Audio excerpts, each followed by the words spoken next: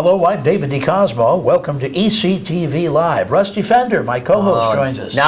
Now is the season. Oh, Tis the season. One of the great things about this season is we do some annual shows, and this is perhaps one of our favorites, definitely. Joanne Arduino joins us. Hi, Joanne. And Joanne Hi.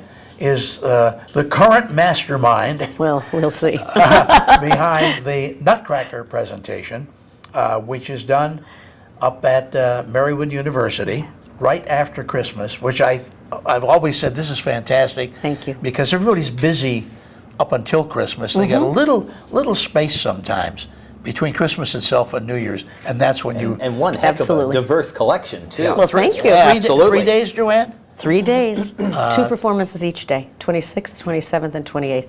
And it's our 43rd year doing it as a gift to the community. And that is something, and I realize that everybody who's seen this before says, oh no, I don't need the background, but a lot of people haven't seen it before.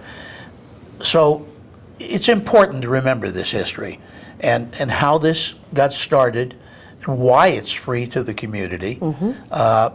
And it was your predecessor, was it not? Absolutely. My mentor and the founder of Ballet Theater of Scranton, Constance Reynolds, who was happy to say she was a Scrantonian, although she hailed from Scotland.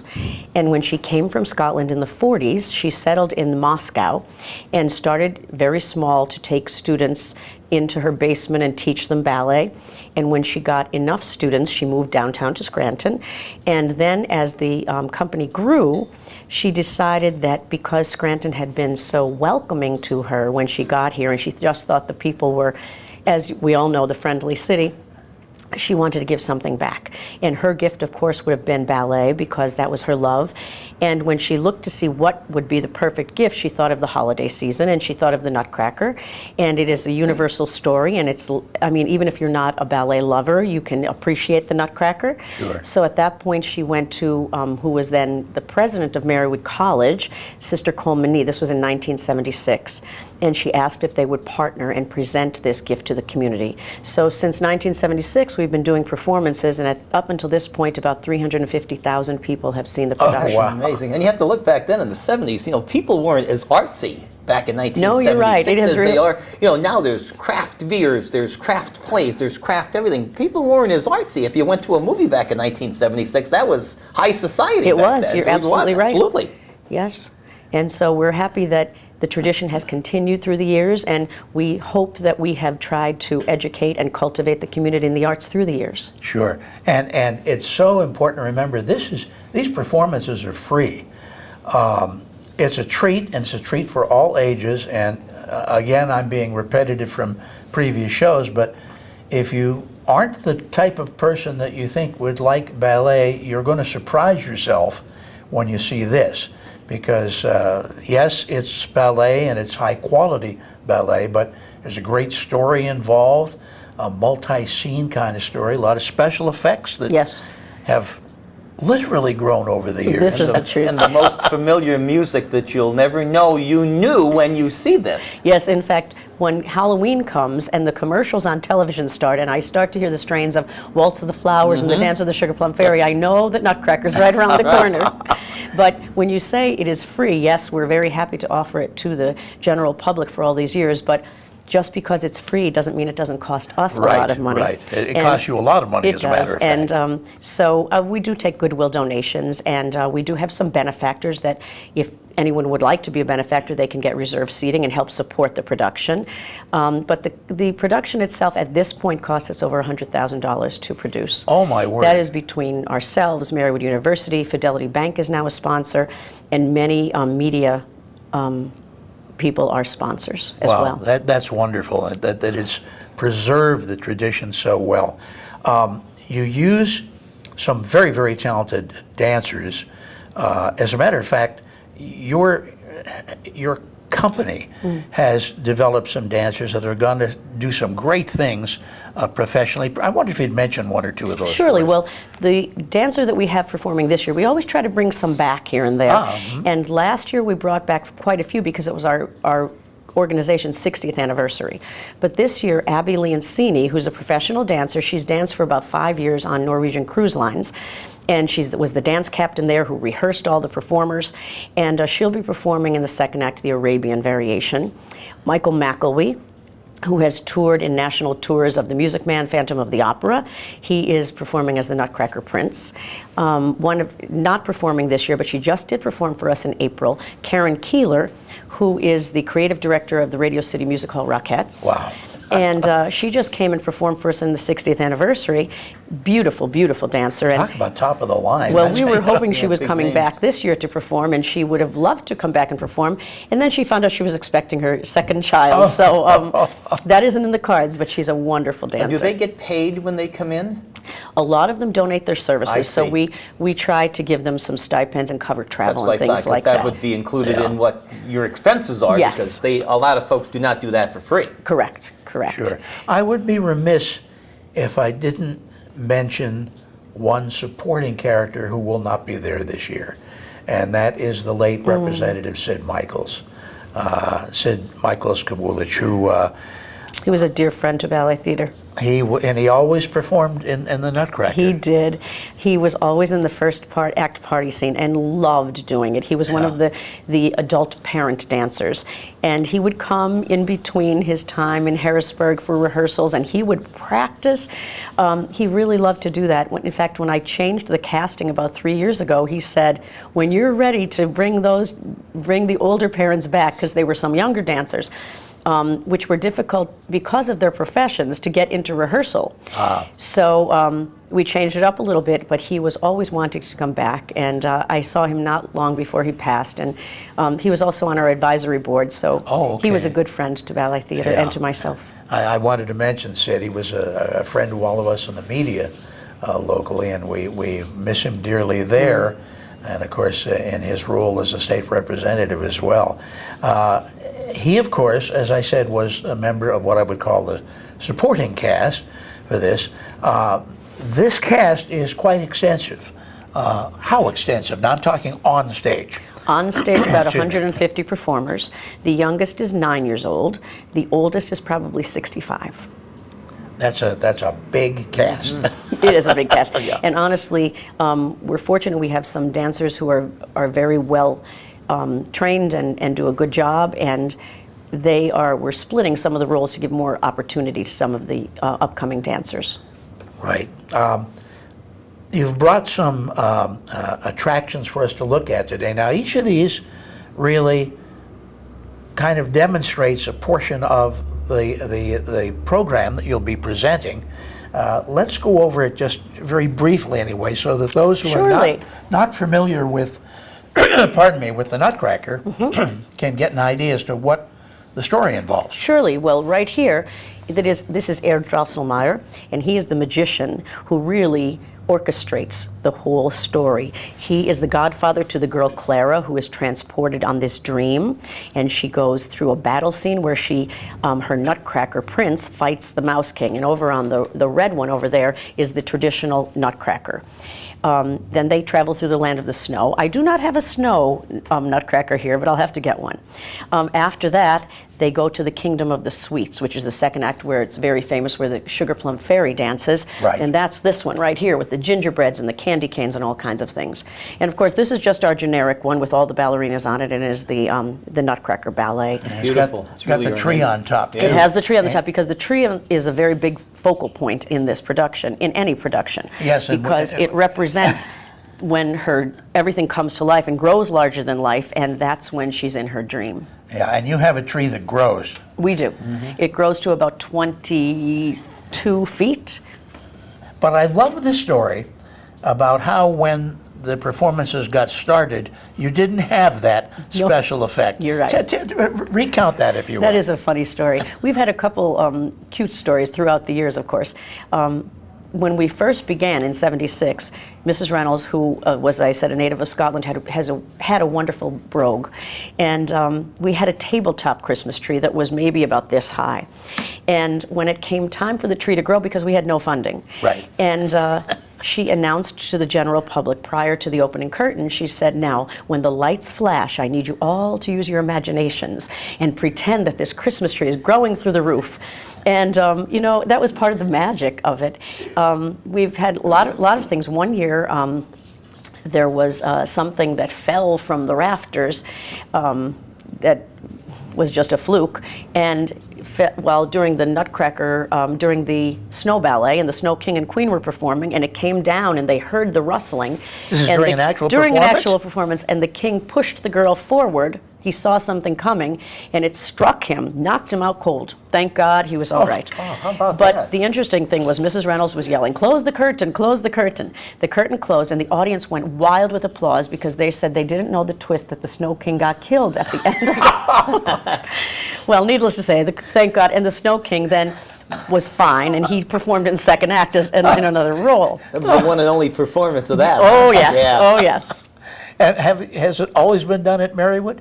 Always, because they're our partners. Right. So we have a wonderful tradition and friendship with them, and we were hoping to keep it for You years were to there come. from the start? From the start. From the start. And there's a nice From the start. auditorium there now. Yeah, it is. Fine arts. You should be aware, if you're interested in going, and there are multiple performances, that while the tickets are free, there is a system that's been set up for you to get those tickets so that it works out in terms of timing for seeing the show and not being in a tremendously long line. You're still going to hit a line because it's so popular.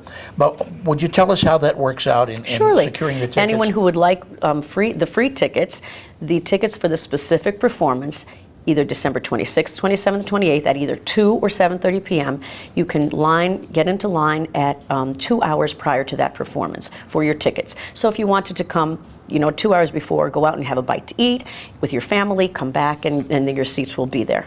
Yeah, what we've done, and I think it's a great thing, you get, for the evening performance, we will often get our tickets and then go and enjoy the lights up at Nayog Park, which isn't too very far away there. And that's a great way to spend some of that extra time. And a lot of places are using that method now. It eliminates the folks who call 3 months in advance and then never follow through, and you have all these folks who want to see it and all these empty seats, which That's is right. such a waste. Yeah, or the It's true. last minute That's right. trying to get in with tickets. Yeah. So try to remember that. I may have Joanne repeat that for you, because if you're not used to it, it's something a little bit different, but it does work out very, very well. And the matinees are very popular because, of course, a lot of the little children, Sure, the parents, afternoon. grandparents bring the Now, children. this is appropriate for all ages, isn't it? Absolutely. It's a story that's universal for all ages and all, interests. How long did it take you to get it going? I mean, you just don't say we're going to do it in 1976. Was this on the back burner for a couple of years before that to find someone to partner up with? I don't know. I never asked Mrs. Reynolds that, and I Really? can't right now, so. But to follow on the question, how long does it take you to get it going every year? Every year, thankfully, I mean, it's still a big undertaking, but thankfully, we have a system because it's a production that we've done for 43 years. Right. Now, Sure. granted, I change it every year slightly because I think the audience wants to see some changes, because we have people who return every year, and I like to have the variety because it keeps it fresh for me. Sure. But because we have a system and we know we have a lot of things in place already, I audition the first week of October. We don't begin rehearsals until the end of October. And then costumes get rolling, scenery gets rolling. That's right close, now, October. It's it close, is. yeah. I tell the dancers I it's a thought commitment. like July or something. No. That's pretty good. You I got it tell down to the a dancers science. as a commitment for them and for their parents that all through November into the first week of December, they come only once a week for 1 hour. Then after that, it's twice a week. And then when we get into the theater, they're there like 4 days in a row. But it is a commitment that they have to put the time into. But you're right, it's only 6 weeks that they really get to produce this. Sure. Now, I've already indicated you have had some dancers that have gone on to professional careers, and even those that don't stay with it, they still attain a quality by the time they're doing your show in lead roles where they're certainly as professional as we can see.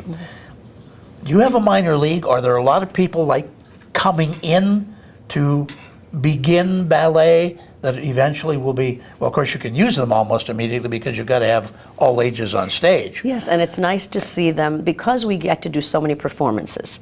If it was only one performance, sometimes, as in live theater, you could have a good day, you could have an off day. Yeah. Where they have 8 performances, that we have 6 public and 2 educationals. So I get to really watch how they present themselves, how they come through on stage.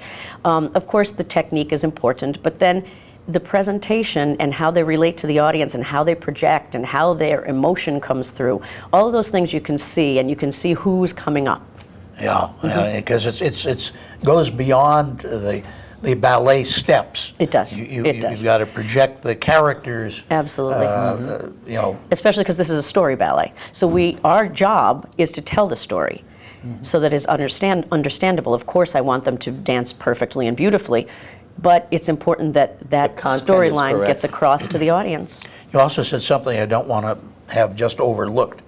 2 educational performances. Yes. How and why? We started the educational performances, I don't know how many years ago. I would say 1990 maybe, because I feel it's important, and so did everybody involved with ballet theater, that young people experience the arts and understand what is out there that is important to help them grow as a person. Is that certain schools that are involved in this? Any or- school is any school is see. welcome.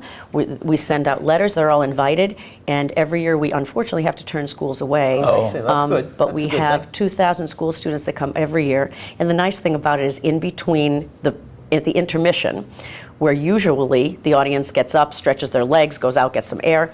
We open the curtains, and we allow the children to see the curtains, the backdrops being changed, how the backdrops work, That's how the good. smoke on the stage mechanics works, of it. all Yeah, the that's great. mechanics. They Yeah. ask questions to the technicians, to the performers. There are so many questions. I have to say, I'm sorry, we have to start the second half of the show. Once, a couple of years back, Mark McGlory and I, and at that time Judge Tom Munley, went to the theater during a rehearsal day. And we were able to do a lot of behind-the-scenes shooting. We're not always able to do that, but it's nice when we can. And it is amazing.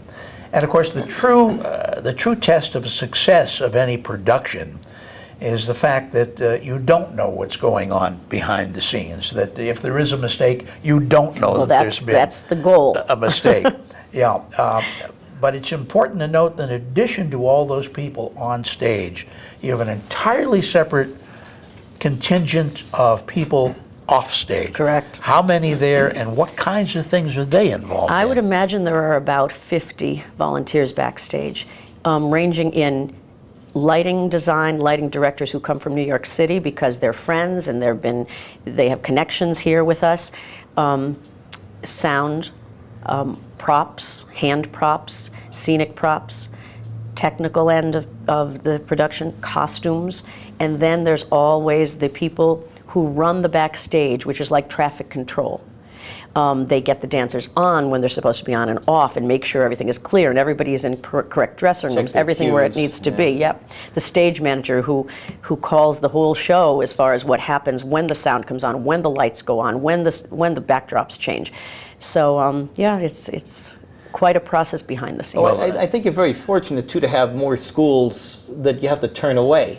Yeah. It's not good to turn them away, No. but, as the motto of the theater is, leave them wanting more. Correct. And it'll drive up the availability and the success for next year Yes. to get in early and see if they can get in as one of the educational performers. Yeah, So if and you're lucky. many of those students, we service a lot of low to moderate income families, and some of those students would never have experienced anything like dance, a ballet, the museum, any of the arts. So we're very grateful that the schools come and take advantage of this. Sure, and if you ever have had the advantage of taking a look backstage at a production like this, and you realize, we talked about that tree, for instance, that has to grow. Well, that's an activated thing, and somebody has to know when to activate it and how to activate it. If you've ever seen, I'll just call them the ropes behind the curtains, because you see a main curtain, there's a lot more. Oh, the pulley system. The pulley system. that- And the grips. Yep, Yeah. absolutely. Yeah, and again, lighting, Yeah. This is not a situation where there's a mess of lights in front of the stage and one spotlight coming down. Oh, no. It's And now, constantly changing, yeah. And now that, yes, because my dear friend who is our lighting designer, Dennis Size, who lights all over every major network in New York City and the world, really, but he comes in every year to do it, and the lights have changed so much during the course, and they change like technology. All technology changes so quickly to keep up with it. In fact, this year we needed a little extra time in the theater because the lighting instruments are outdated. They were called scrollers, and it took a while for them to switch color, but now there's robotic lights. So we're going to need an extra day to program all the robotic lights into the computer that go with the cues. So that will all be instituted this year. Yeah, see, people forget incandescent is now out. The Absolutely. old quartz lighting, it's now LCD and LED. Absolutely. And it throws a lot more candle power with a lot less power consumption. That's right. Yeah. Yeah. Well, in one sense, I would love to be able to go back and see one of those first shows that Constance right. put on, and then come and see it today and see the difference. And there's another funny story, if we have time. Yeah, oh, certainly. Of the early days. Joe Caputo, who's a local, he was a man of all trades. He was an actor, a writer, he still is, an actor, a writer, a cook, a school teacher. He was the host of the party scene in the original Nutcracker. Another very talented gentleman who lives now in Boston, who directs theater in the Boston area, his name is D. Bruce Kozar. He was Drosselmeyer. Well, Bruce Kozar got sick, very ill. He couldn't do the performance. So Joe Caputo decided he would take on both roles that night.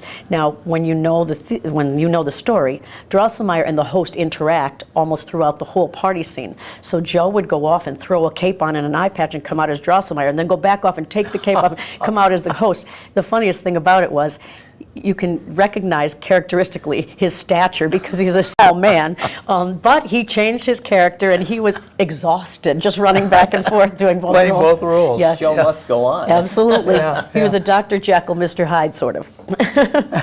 Have you ever had any mistakes on stage? Oh yeah. But that's why you say the show must go on, and it's that the people don't know that it's a mistake. We know it's a mistake, but you know. Yeah, the Rusty had mentioned earlier the music, the tremendously beautiful classical music that's involved with this. What do you do this through? There's no live orchestra there. I wish.